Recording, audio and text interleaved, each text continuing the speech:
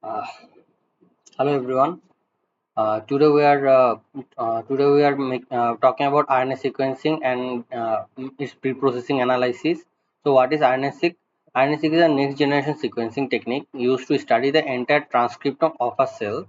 In simple terms, it allows us to measure the expression level of all the genes at once. The transcriptome includes not only the messenger RNA but also non-coding RNA such as microRNA, long non-coding RNA, and as well as previously unknown transcript. If you look at the diagram on the screen, the process started with DNA inside the nucleus. The DNA is transcribed into RNA, which represent the active genes in the cell. The cells is then extracted and processed and finally passed through a sequencing machine. This machine generates millions of short reads, which are essentially digital representation of the RNA molecule present in the sample. These reads are then analyzed uh, computationally to produce meaningful outputs such as heat map, volcano plot, and gene expression profiling. So now why RNA-seq is important? First, it is an unbiased genome-wide, meaning we do not need prior knowledge of the gene we are studying. Second, it allows us to detect differential gene expression, helping us understand how genes respond under different conditions. Third, it can identify novel transcript and splice variant, which are not possible with older technique like microarray uh, because because of all these advantages, RNA-seq has become an essential tool in modern biology.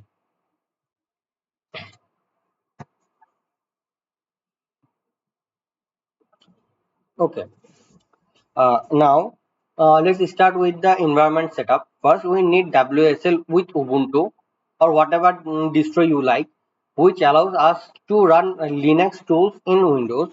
Then we upgrade the system package to ensure everything is up to date.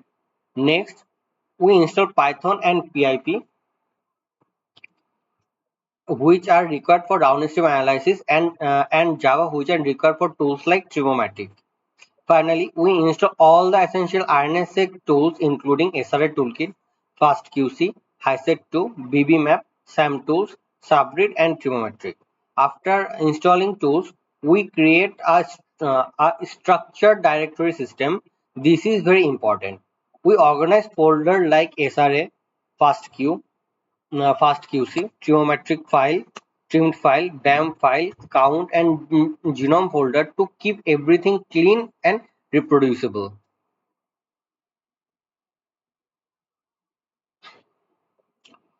Now, we need to configure the tools.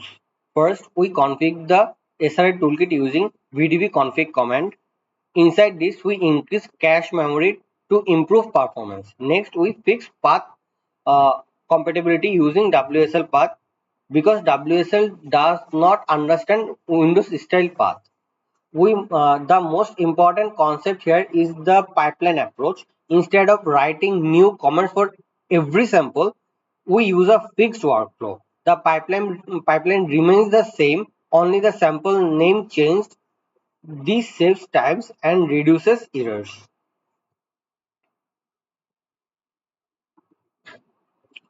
Now, we download RNA-seq data from NCBI using prefetch command in SR toolkit. Once the download is completed, a folder with the SRA ID is created.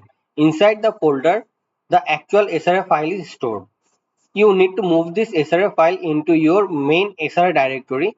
This setup is important because all downstream commands assume a clean directory structure. Now, from where you will get this SRA ID? So there is a particular database called Sequence Read Archive in NCBI. You can go to GEO, which is Gene Expression Omnibus.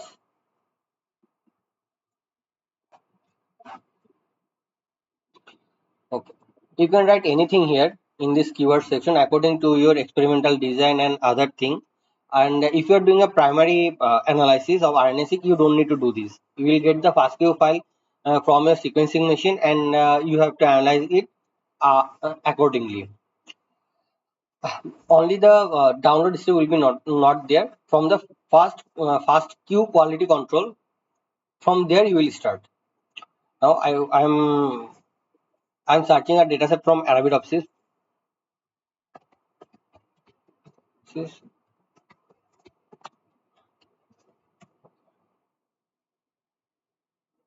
So there are multiple datasets.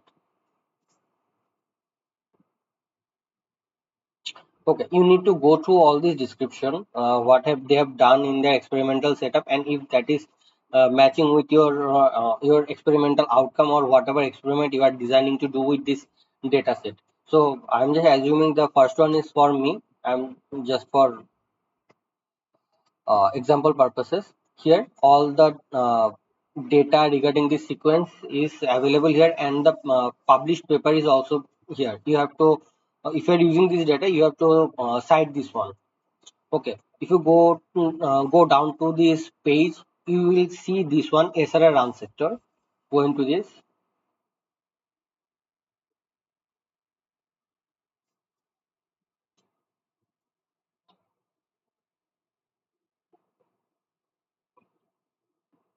Okay, so this page will be appear. Look here, you can see there is a exertion number name run, and the treatment is here. Maybe I need heat treatment and control. There are many heat treatment and control. You can select like these heat treatment, control, heat stress and control, and acclimatization. I don't, maybe you don't, maybe I don't need the acclimatization data, so I'm not taking that one. Okay, there are many. You have to select them all, at least two from each treatment. Three is the better. The more number of the sample, the more statistically uh, weight it will, statistical weight it will carry. So but for just showing purposes, I'm doing here.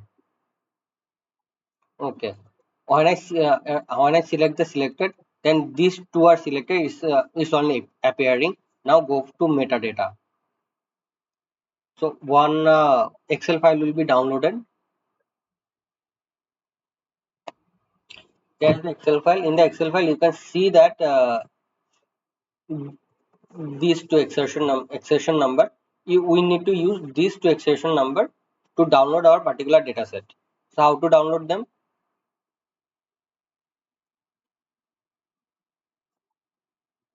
Okay, in my system, all the software has been preloaded. I am doing RNA-Seq for a very long time, so these are already installed in my system. But you need to install them and check them. So the command is prefetch, and after that the exertion number, this and this, these two.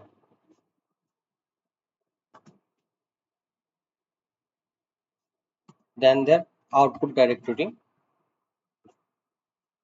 which I have already set it. I'm just pasting. I'm just pasting the output directory.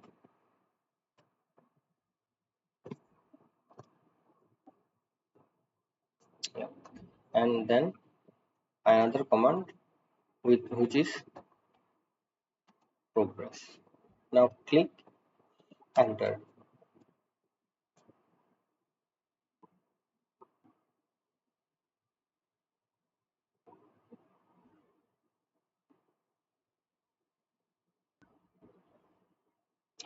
So after the prefetch command, you can add all the SRA ID you require to download. They will be download accordingly, one after another. So this is more convenient rather than running the code again and again after each download is finished. And this is a very long downloading process. So maybe you can set up this code at night and have your sleep, and in the morning all the dataset will be downloaded. Okay.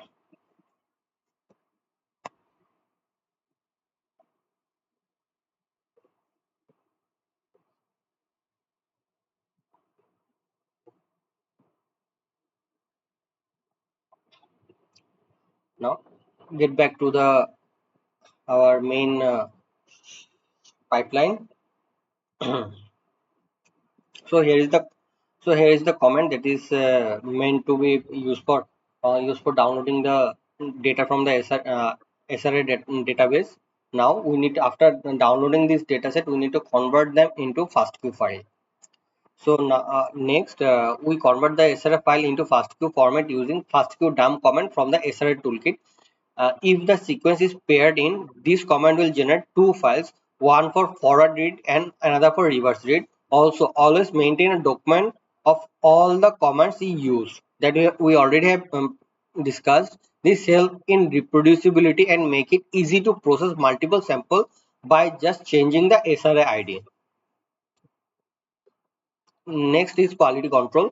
This is one of the most important step in the whole RNA-Seq pipeline. uh, QC when and quality control check or QC we done by FastQC. FastQC generate a detailed report containing multiple matrices such as par base sequence quality, GC count, duplication level, and adapter contamination. This step is critical because it tells us whether our raw data is reliable or need cleaning before further analysis. From the FastQC report, we identify adapter contamination sequence where sequence will be used in the trimming step. Understanding which adapters are present in the is essential for accurate trimming and improved data quality. So you can let me get the laser pointer.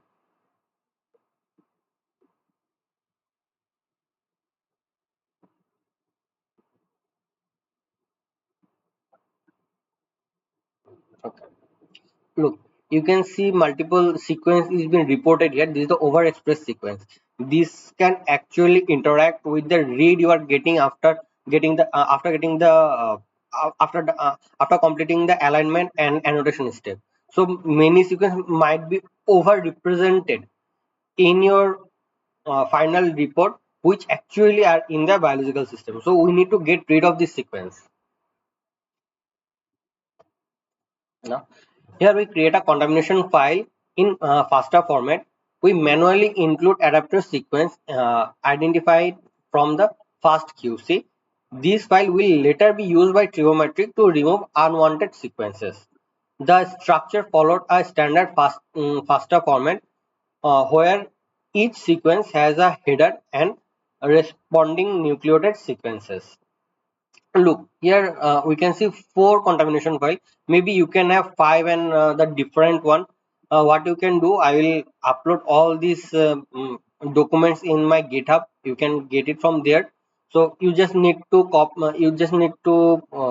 cut this sequence and paste your sequence. And if you have more, you can just make more sequences between this EOF and this EOF. Just write content 5, content 6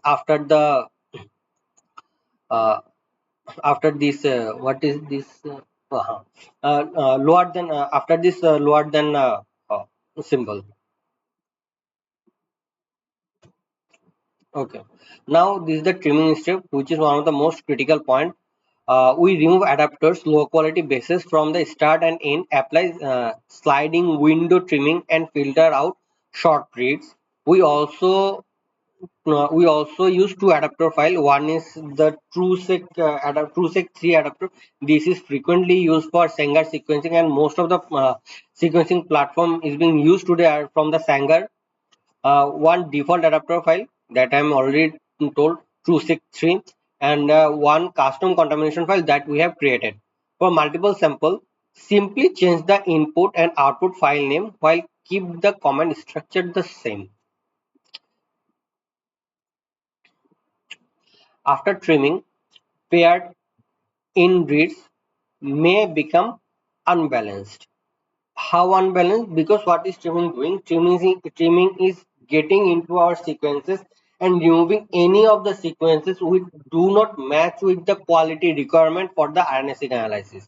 So maybe this could happen in forward read. There is a particular sequence is present which match the quality requirement of of the Trimmomatic, but its complementary read in the other file is not there. It has been trimmed. So when we are aligning them by HiSet 2, there will be a anomaly. So this will interrupt our alignment process, and we will not get any kind of sorted BAM file and alignment file. So we need to remove them.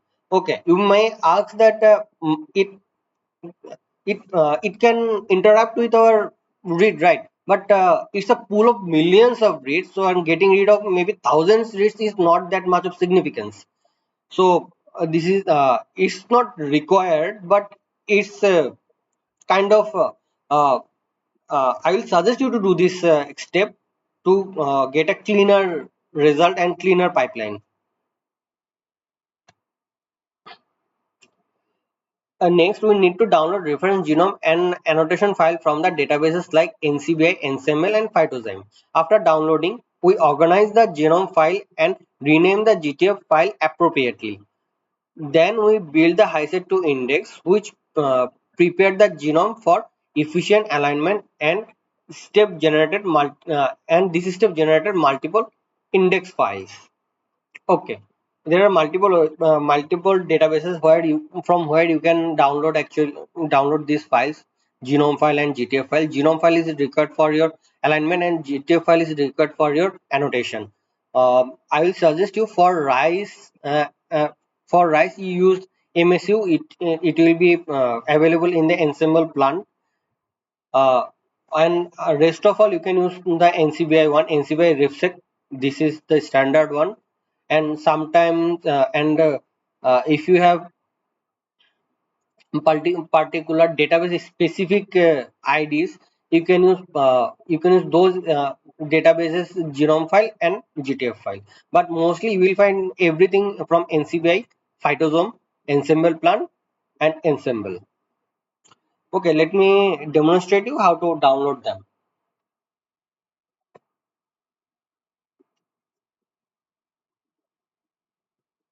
So if you are downloading from NCBI,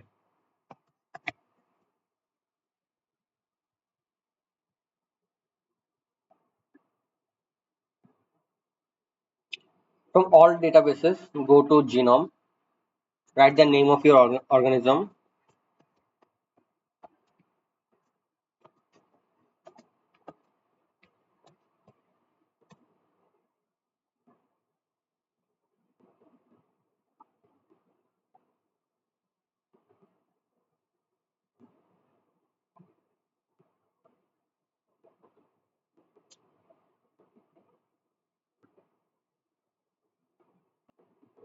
Okay, here you need to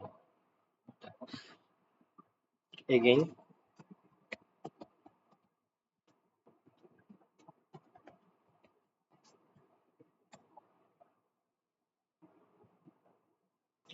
So this is tier 10.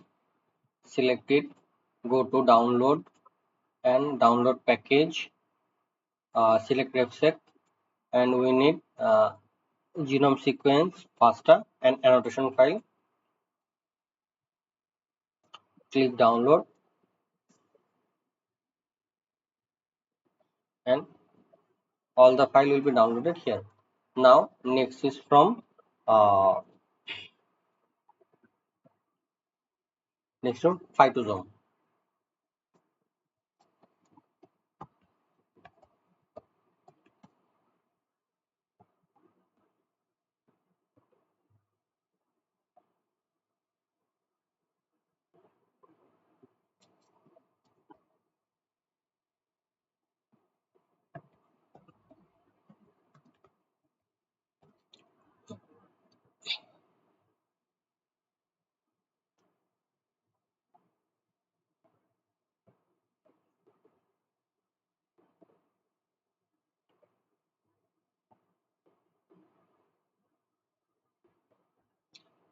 And download first to data.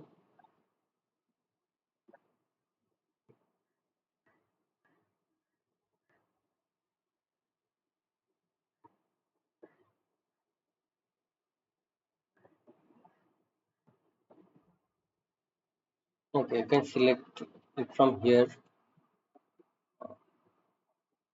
not the protein.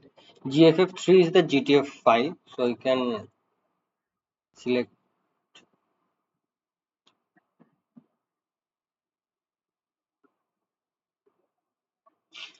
and move it to cart, and later you can download it from cart. And so this is genomic file. Select it, move it to the cart, and later on download from the cart. Then the most easy one, this is ensemble plant.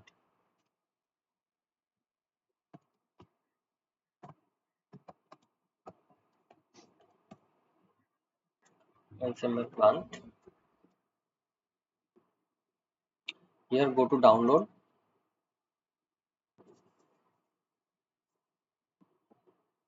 But I would suggest you either you use NCBI one or ensemble one, because during pre post processing, when we are annotating our data set, we mostly use biomark. Okay, so if you are using ensemble, genome, and GTF file, it will be easier for you to annotate during that particular step. So look, here is already there. Go here, start and DNA top. This one, you just need to download this one. This is fine. It will contain all the chromosome data. And for GTF, you can find it here. Yes, GTF, the gene set. Click it, download it. By just clicking this link, you will download it. Okay. And if you are working with other organisms apart from plants like Arabidopsis, rice, and all these, you can go to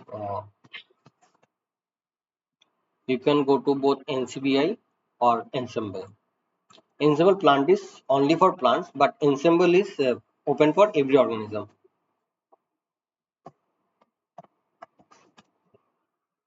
And it also has a similar kind of structure. Sorry, I'm ensemble plant again.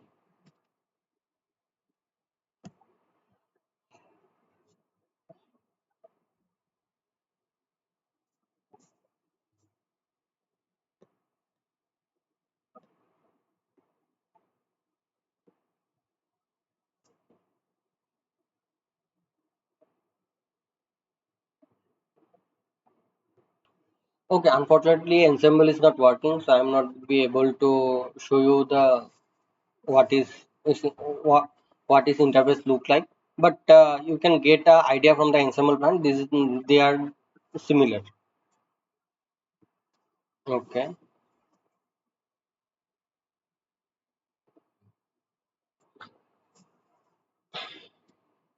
Okay, after downloading the genomic file and GTF file, we need to index the genome file with HiSet2, because we are using HiSet2 for our alignment. And the command is HiSet2 build P6 min. In my computer can use 6 core for this process, and you can modify this number of core according to your according to your laptop or desktop you are using, how many cores does it has.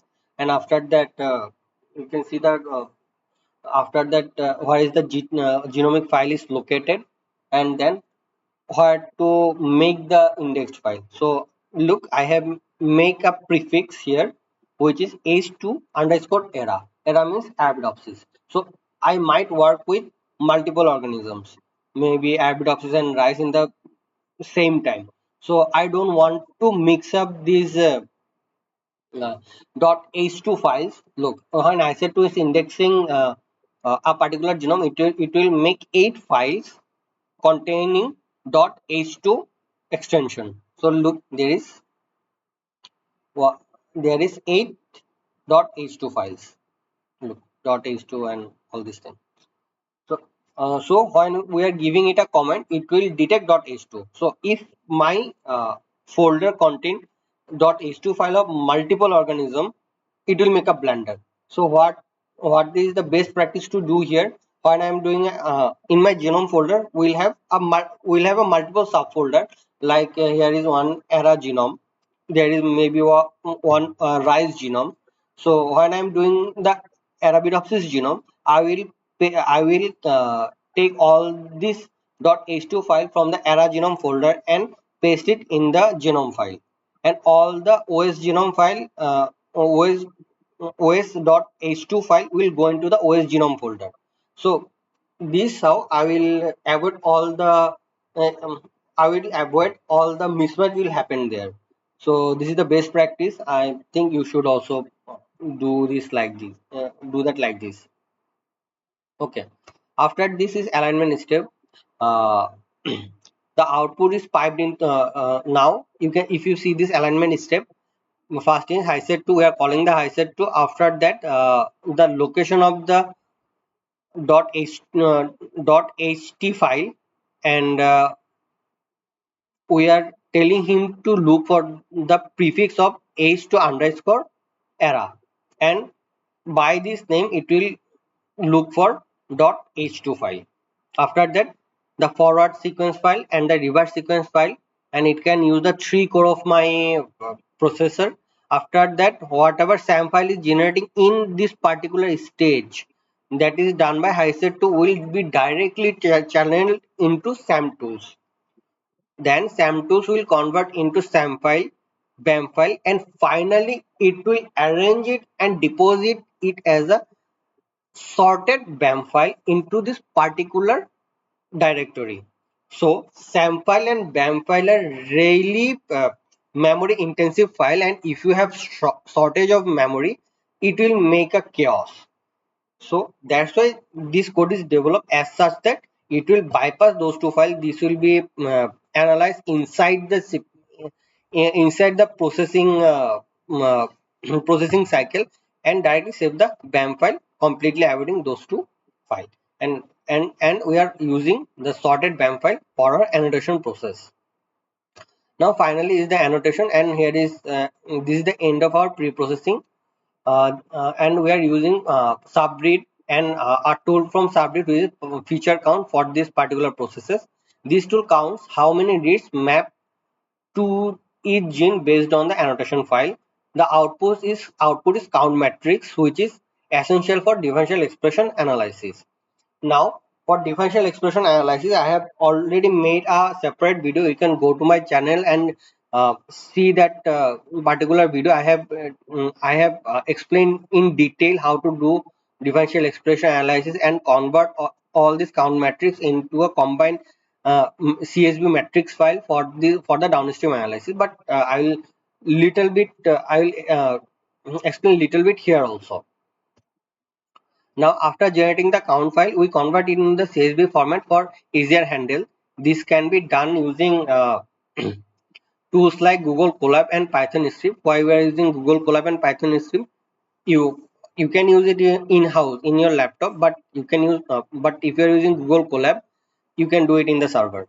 So though no need of installing all this heavy software like Jupyter Notebook and all those things.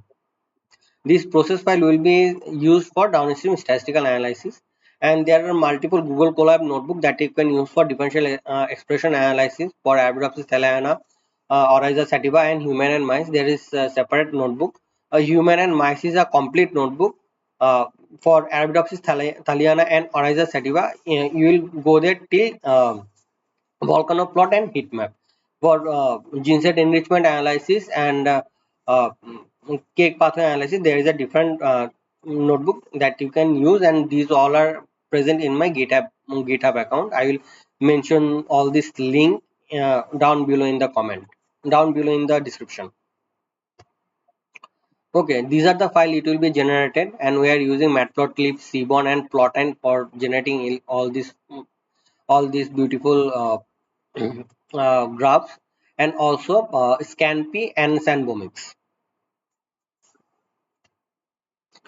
So the first one, A and B, is the result of gene set enrichment analysis, C is the network plot, and D1 is the cake pathway analysis. I'm not going into the detail. Cake pathway analysis is more pinpoint, is more sensitive than gene set enrichment analysis. You can study about them in more detail. So these are all the tool I have used here. for downstream analysis, and for upstream analysis this will be already discussed. Now this is the whole pipeline. Okay, so what are we doing? We are downloading our data from the database, which is NCBI Geo server, by using SRA toolkit in Linux environment, and by using prefetch and fastq dump command. After that, we are checking its quality by fastqc, then trimming them, and after trimming them, we are alignment. We are doing the alignment by using hiset tool, and we are using Samtool to convert it into the BAM file, SAM to BAM file, and after that we are using feature count from subread to annotate the file, and finally we are using Python and Google Colab to visualize and analyze the data sets. Okay. To summarize, we completed the complete RNA-Seq workflow from setup, data download, and pre-processing, alignment, counting, and finally differential expression analysis. The key takeaway is to follow a standardized pipeline to make your analysis reproducible and effective. You can find all the script and resources on GitHub, and the full protocol is also published. I will also share the a link of my of the publications in the description. If you find the protocol useful and use it in your work, please cite our paper. Thank you for watching.